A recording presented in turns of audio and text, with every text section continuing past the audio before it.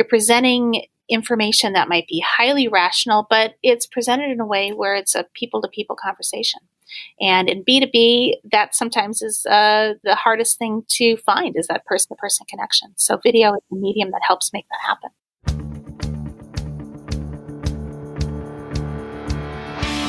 Welcome to the Modern Marketing Engine podcast, hosted by Bernie Borges. This is the podcast for the modern marketer who wants to hear from their peers in the trenches and the occasional analyst or rockstar influencer sharing strategies and tactics about what's working in modern marketing. Be sure to listen to the end of each episode for Bernie's summary and takeaways so you can plan your next move in your own modern marketing journey. Hey there, welcome to episode 245 of the Modern Marketing Engine podcast. I'm Bernie Borges, CMO of Vengreso, and your host. Hey, thanks for listening. And my guest on this episode is Sara Larsen, Chief Marketing Officer at Brightcove. Sara, welcome to the Modern Marketing Engine podcast. Bernie, thank you so much for having me here today. I'm excited. Absolutely. Well, I'm excited too about our topic. It is a topic that can't think of anyone better to discuss than with you, the CMO of Brightcove. And we're here to talk about how brands break through to audiences with video. Now, before we dive in, Sara, I always like to invite my guest to first give my listener a little bit of background. How about an introduction to your company, Brightcove, and your role as CMO at Brightcove? Great. Well, thank you for the opportunity to be here today. And a little bit of a reveal about myself. This is my first podcast, and I can't think of the best place to do it than with you and your audience. So I appreciate thank you, Sara. Yes. So hopefully we'll get through this together, right? Absolutely. A little bit of background about Brightcove. Brightcove is the world's largest online video platform. It's the best online video platform in the industry, and we've got amazing customers across media, entertainment, publishing, the marketing space, and we operate in over 170 countries in terms of streaming video to millions of people a day. And so video is really important to us and really important to our customers, and I look forward to today talking about how we're bringing that message to the world at our upcoming Play event in Boston. Fantastic. Well, so am I. And before we get there, let's talk a little bit about some of the most common ways that you see companies that are using video. I mean, video has really blossomed in recent years. What are you seeing as some of the most common use cases? Well, what's interesting is video it's an object of content, but it's used and monetized and has different objectives depending on sort of where you're using it. I love to give the example of one of my first days on the job here at Brightcove, and I had an opportunity to go to New York to meet with some of our best customers. And they were from very different parts of the industry. Our first meeting was with a big brand marketer that was trying to figure out how to take very visual content and stories to the world to try and attract buyers for their product and bidders for their product. And that was the requirements that CMO had were around things like, how can video help us reach audiences? How can we find the right people at the right time? And so really a marketing objective. The next meeting after hopping in a car and driving across town was with a big media company. And they're using video in the Brightcove platform to take really great stories, great shows that you and I probably watch, and figure out how can they use the Brightcove platform to reach even more and more eyeballs and get more and more subscribers, and do that in a way that streamlines technology, gives them really good ROI on their content, and increases their subscriber base. So that was very much a CIO conversation about how the technology of video can reach people and broaden the reach of telling stories. And then the third customer, again, hopping in another car, driving to a part of New York. I'm visualizing that, Sara. Yeah.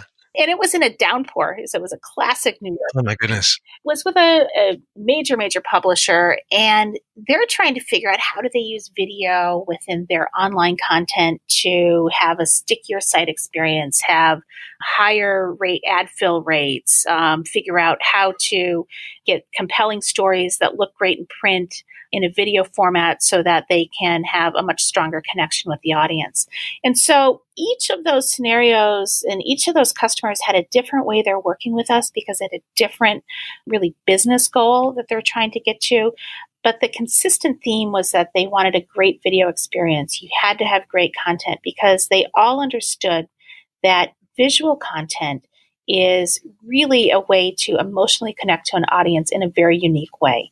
That was my takeaway after a very action-packed day in New York, is that there are people that are working on using video content in a variety of ways, but there is that underlying theme that it really is the only content format that takes advantage of your eyes, your ears, and to some degree your touch sense, because you're touching it if you're on a device or if you're moving it around. I will add to that. You pointed out that the consistency is that companies are using visual content to make an emotional connection with the audience. Absolutely. And just like books and movies bring things to life, telling stories through short form, long form video is just a way that marketers, people that are trying to talk about what they're doing, people that are trying to track audience, that is a format that is growing across multiple industries. And we're thrilled with how our customers are using the platform today. And we learn from them every single day of new things that we can do to help their customers' audience experience be even better. Yeah.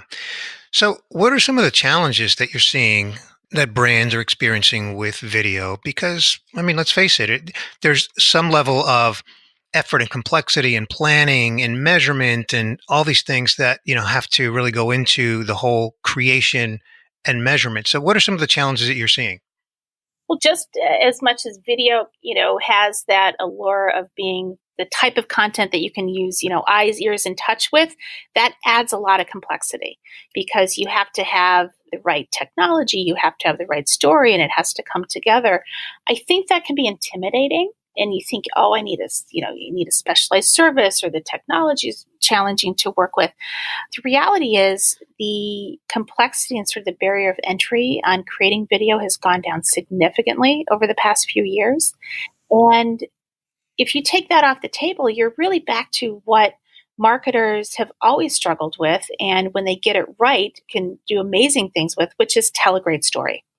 And so if you start with sort of the basics of how can you tell a great story, how do you tell that visually, how do you tell that in a format that captures an audience's attention, that's a classic formula for content and content marketing. And so I think the challenge is making sure that you keep focused on that point of creating really the good content, the right content. Okay.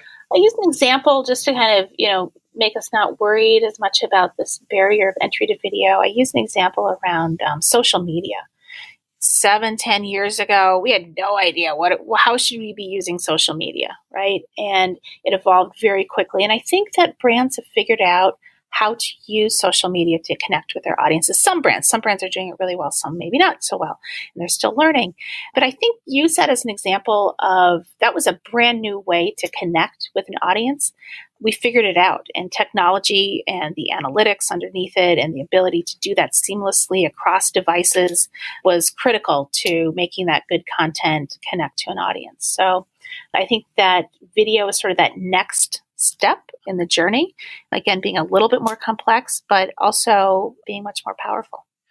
So as we record this conversation in late first quarter of 2019, would you say that we are still in the early days of video in terms of how it's used by brands, or are we more further along in the adoption curve and closer to maturity?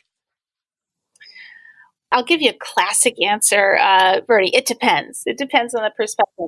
I'll give you this perspective on it. In the media space, in the very traditional media space, I think that we're in a moment of disruption because we are in a moment of strong customer choice on how customers and consumers want to find their media content, consume it, and on what schedule. And so you're seeing an incredible amount of disruption around the OTT space and how media companies and brands can bring stories directly to consumers. And so I think in that space, there's a lot of disruption, and it's taking sort of old ways of creating content, scheduling it, getting it out to an audience, and figuring out those practices and bringing it into the OTT space. I don't know about your sort of viewing habits, but my guess is you're probably not waiting around for your favorite show to start at 8 o'clock on a Tuesday night, right? You're going to pop open your iPad or your tablet and watch it when you want to watch it. And that's how consumers and customers are moving in the media space. So that's very much a disruption. I think for brands, as we think about video content for marketers and how they can use it, we are in a little bit earlier of a stage. When you think about the fact that we've really just gone through a massive shift of very traditional advertising, traditional marketing into social media, content marketing. Video is on sort of that next wave of adoption within disruption of new marketing concepts. So I think that it's a content type, but it's also a way to connect with audiences that brand marketers are starting to understand. Yeah, I would agree.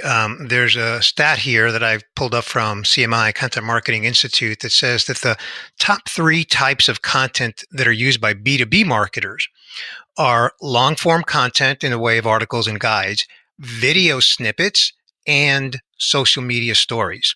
So I think that's very consistent with what you just shared. And you think about consumer behavior, there's all kinds of stats, and they're all hovering around the 70 to 80% of products purchased at some point in the process. The consumer has seen some type of video content before that purchase. Again, think about your life. I'll project my life as well. Is you're looking at something, and I don't know and all of a sudden the algorithm brings you to a video, right? And all of a sudden, something that you understood the specs, you understood maybe the user reviews or the product reviews, you'd seen some pictures, all of a sudden you get into that piece of content where your eyes are engaged, your ears are engaged, and it's almost like you can start to touch a product. The ability to convert off of those experiences, when you look at the statistics of sort of, shoppable video and what's happening on Instagram and those sorts of things, it's a really different point of conversion. And I think we're in the earlier stages of that, but it'll be very powerful for brands. Yeah, I love an expression that I heard somewhere, that people buy a better version of themselves when they're buying something. And video can make that emotional connection that can help that consumer really see that better version of themselves on whatever they're buying. And I think that plays true in B2B as well. Even if it's $1 million purchase decision, there's still a committee of people that have emotions involved, even though they may not necessarily think of it that way. Nonetheless, there are emotions involved. And I love, Bernie, that you talked about that, because that's something I spend a lot of, my whole sort of marketing career has been in B2B. And that is something I've talked a lot about, is that in the B2B space, we tend to be so rational. Like, we want to give you the product brief. We want to give you the demo. At the end of the day, those decisions, whether they're a $1,000 monthly license or $1 million major purchase, are emotional decisions for the people involved, because we're people and we're both emotional and rational. Absolutely. And video connects in a way that brings both together very succinctly. You're presenting information that might be highly rational, but it's presented in a way where it's a people-to-people conversation. And in B2B, that sometimes is the hardest thing to find, is that person-to-person connection. So video is the medium that helps make that Absolutely. happen. I think it's a great segue to discuss Brightcove Play. You've got an annual event that is called Brightcove Play. I love the play on words there, no pun intended. Play is all caps. So why don't you describe the event and maybe talk a little bit about the history of Brightcove Play? Well, we're very excited to be hosting Brightcove Play this May in Boston. It's actually our 9th Brightcove Play. We'll have close to 1,000 video enthusiasts from around the world. I think we most likely will have someone from every continent except Antarctica. I think we're still working on our promotion plan for Antarctica, but we'll have people from around the world, and really covering a very broad space of video. Media, publishers, people duking it out in the OTT space, folks in the enterprise that are working to figure out how video can be used to help them connect with employees. It's really a coming together of people that are interested in video and want to use video to further their goals, their company objectives, and also for them personally to figure out how they can grow their skills and their network in the video space. Okay. So talk a little bit about what's planned for Play 2019. As you mentioned, it's in May. So depending on the listener, whether the listener's listening to this before the event, May 14 through 16, 2019, what have you got planned for this year, 2019? Well, this year, our theme is around breakthrough. And when we were thinking about what's happening in the world of video, and I love the questions, Bernie, you asked earlier, because it really fed right into a lot of the thinking we had around the theme for this year is, where are we on the adoption cycle for video and what is happening in the world of video? We really feel that this is a moment for you to use video to break through to audiences everywhere. And that's happening in the media space. That's happening for marketers. It's happening in the enterprise. And so you're going to see that theme come through a few different ways. One of the things that we learned from our conference last year in having some of our top customers talk about how they're using video is that our audience loves to hear from customers. And so we are going to have more customers than ever before at our Play event this year. 2 out of 3 sessions will have customer speakers in them this year from a variety of industries, all talking about video and how they're using video. And we have some great main stage customers that will really help inspire us on what they're doing. A couple of the themes when we think about breakthrough, we want to think about how are we connecting really on a human connection level with video? Where are we seeing new things happening? Where are we seeing those trailblazers around using video and building new models, whether it's connecting in a marketing sense, connecting in an audience sense, connecting and monetizing? And then because we have this amazing crowd of video enthusiasts, we really want to talk about how the people that are attending and those video enthusiasts become mavericks in the industry of video and really become the mavericks and evangelists for video. Because as you know, any new thing in the world requires people to take some risks, be a little bit outside the box of thinking. And the people that come to Play get video. They want to figure out how they can grow it. And we really want to give them the tools to be able to do that. Fantastic. Well, I'm excited about the event. As you know, Sarah, I'm speaking at the event. And we're so excited that you're coming. So thank you for accepting your invitation on that. Thank you. Thank you. Yeah, I'm looking forward to talking about engaging the modern buyer with video. I'll be talking about ways that salespeople in particular can use video to engage their buyer. So I'm looking forward to that on May 15th. What are some of the things that you expect attendees to take away from the event? You've got a real good cross-section of attendees, as you mentioned, Sarah, from enterprise, from media, production agencies, et cetera. What are some of the things that you expect based on what you heard last year, what they'll take away from Play 2019? In addition to the inspirational content and that call to action for the video mavericks out there, we will have some very concrete content that will help every single person that's attending go forward and really have a great year in their role and in their role in their company. For example, in broadcasters, or publishers, and our OTT providers that are coming, we'll be talking with them about how can they retain subscribers? What are some practical use cases on live streaming? And as there is this disruption in the market, how can they start to embrace new models and the new markets? And so really some great case study content there, and we'll have some customers talking about that. For those that are in the enterprise and are trying to figure out how to grow video in the enterprise, we have some great sessions like our in or out panel that looks at, do you insource, do you outsource different models around communications within a company? And really some things like staying ahead of the training curve, where actually 2 of our customers are going to share how they're reinventing training and education models. So this is really practical information that'll help those folks leave and be able to hopefully go be a maverick in their company. And then marketers, of course, will be there, and you're part of that with us in terms of engaging the modern buyer with video. And so we'll have sessions like that really will help marketers around topics from storytelling to using analytics, right? Because it's great to storytell, but was it a good story? And how do I build the next one? And so those are the types of sessions that we'll have. We also will have a tech and practitioner session for those folks that really want to understand what's new new on the Brightcove platform, and how can they take advantage of some of those capabilities to help them in their jobs?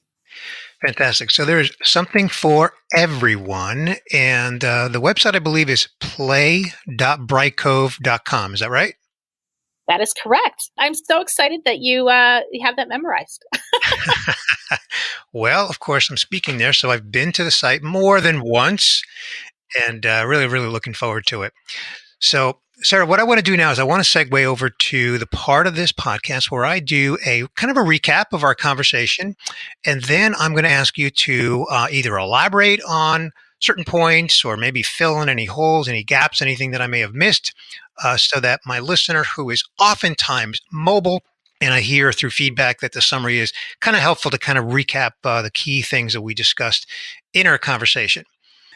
So we started the conversation with a brief introduction to Brightcove, your company where you are Chief Marketing Officer, and Brightcove is the world's largest online video platform. It's used by companies in media, entertainment, publishing, marketing, enterprise, etc., and you're streaming content to millions of people every day around the world. And we talked about ways that companies are using video. You said that really it's content, right? And companies are using it and monetizing it in many, many different ways. And when you first joined the company, you went to New York and you met with some customers to really kind of hear firsthand how they're using video. You told a story about a big brand marketer using visual content for storytelling to reach more audience and find the right people at the right time. You met with a big media company that's using video to take their shows and reach more people, more subscribers. And then you also met with a major publisher that's producing video online to create a stickier experience and really maximize advertising revenue and just make a better connection with their audience.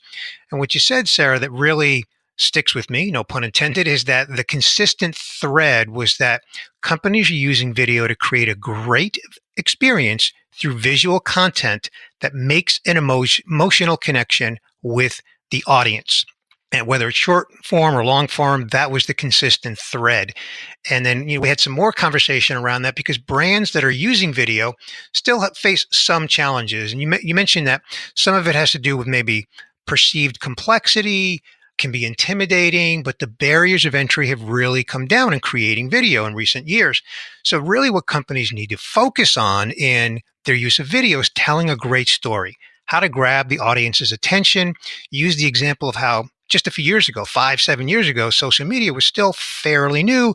Companies were kind of struggling, what to do with it. And many brands have really kind of figured out how to use social media to connect with their audience.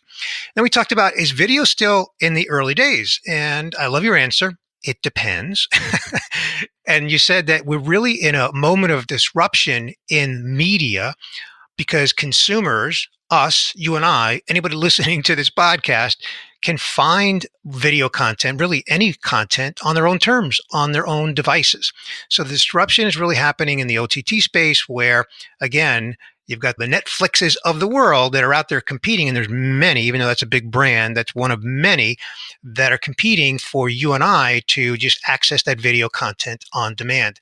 But for marketers, it's still fairly early stage.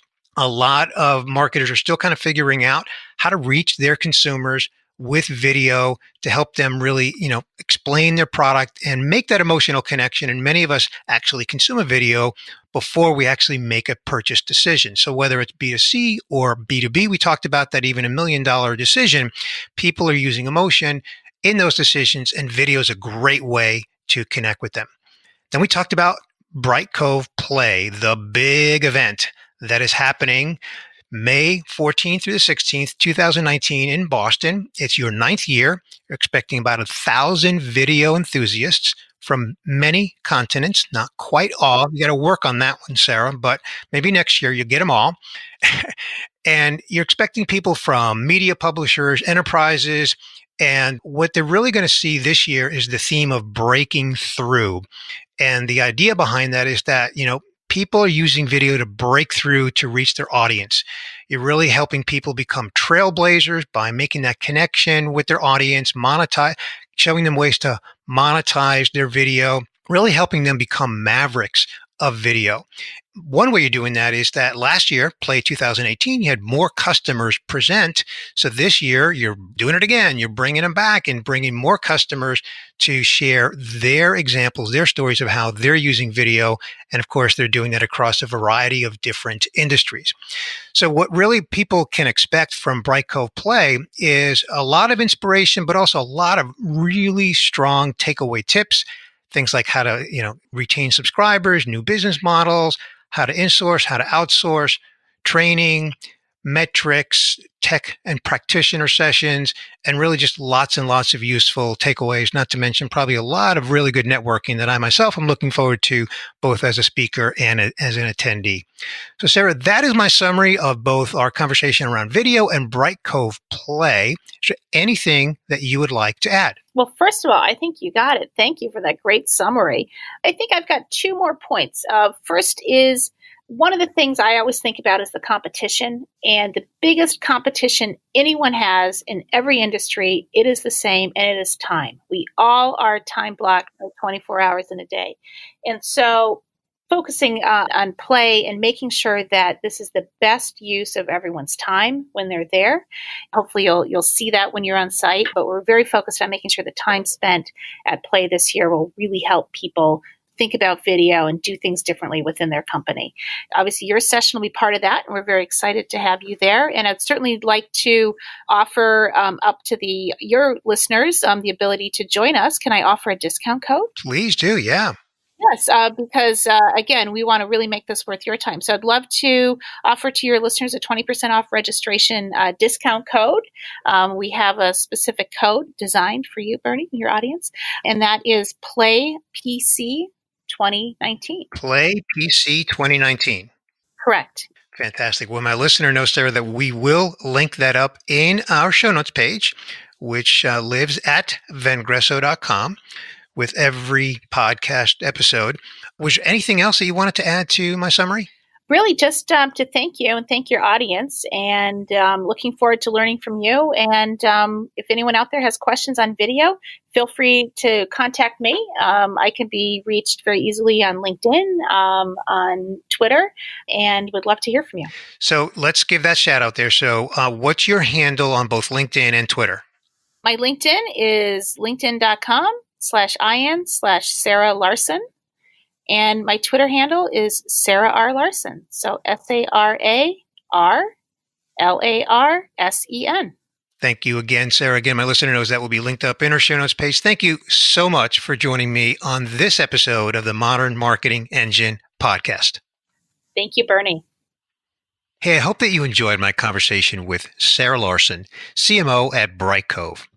Hey, before we sign off on this episode, I want to leave you with this thought.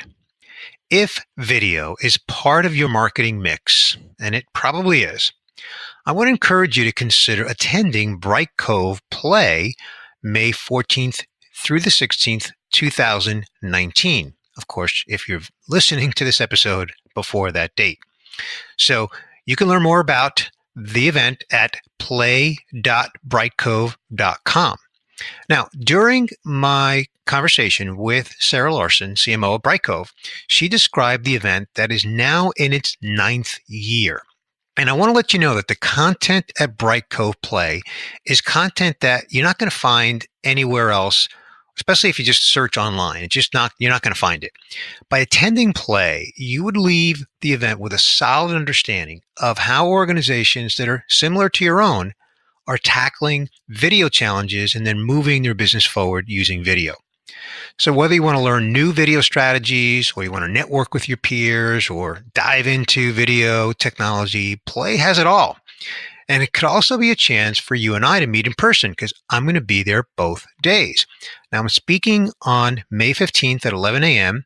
on how salespeople can use video to engage the modern buyer. Now, remember, Sara Larsen has provided a 20% discount code. So just go to play.brightcove.com. And when you register, use the code PlayPC2019. That's PlayPC, as in personal computer, 2019. This wraps up another inspiring episode of the Modern Marketing Engine podcast. If you want to share this podcast with a friend, let them know that we're available on iTunes, Stitcher, SoundCloud, and Google Podcasts. And we love 5-star reviews. If you are not subscribed yet, please hit the subscribe button on your favorite podcast player so you don't miss an episode. You can read the show notes for each episode at Vengreso.com. While you're there, sign up to receive the show notes delivered to your inbox through our weekly alerts. And be sure to also check out our Selling with Social podcast hosted by Vengreso CEO Mario Martinez Jr. Again, you'll find our show notes at Vengreso.com. And that's 1 S in Vengreso. Tune in again next week when Bernie Borges brings you another inspiring interview to help you thrive on your modern marketing journey.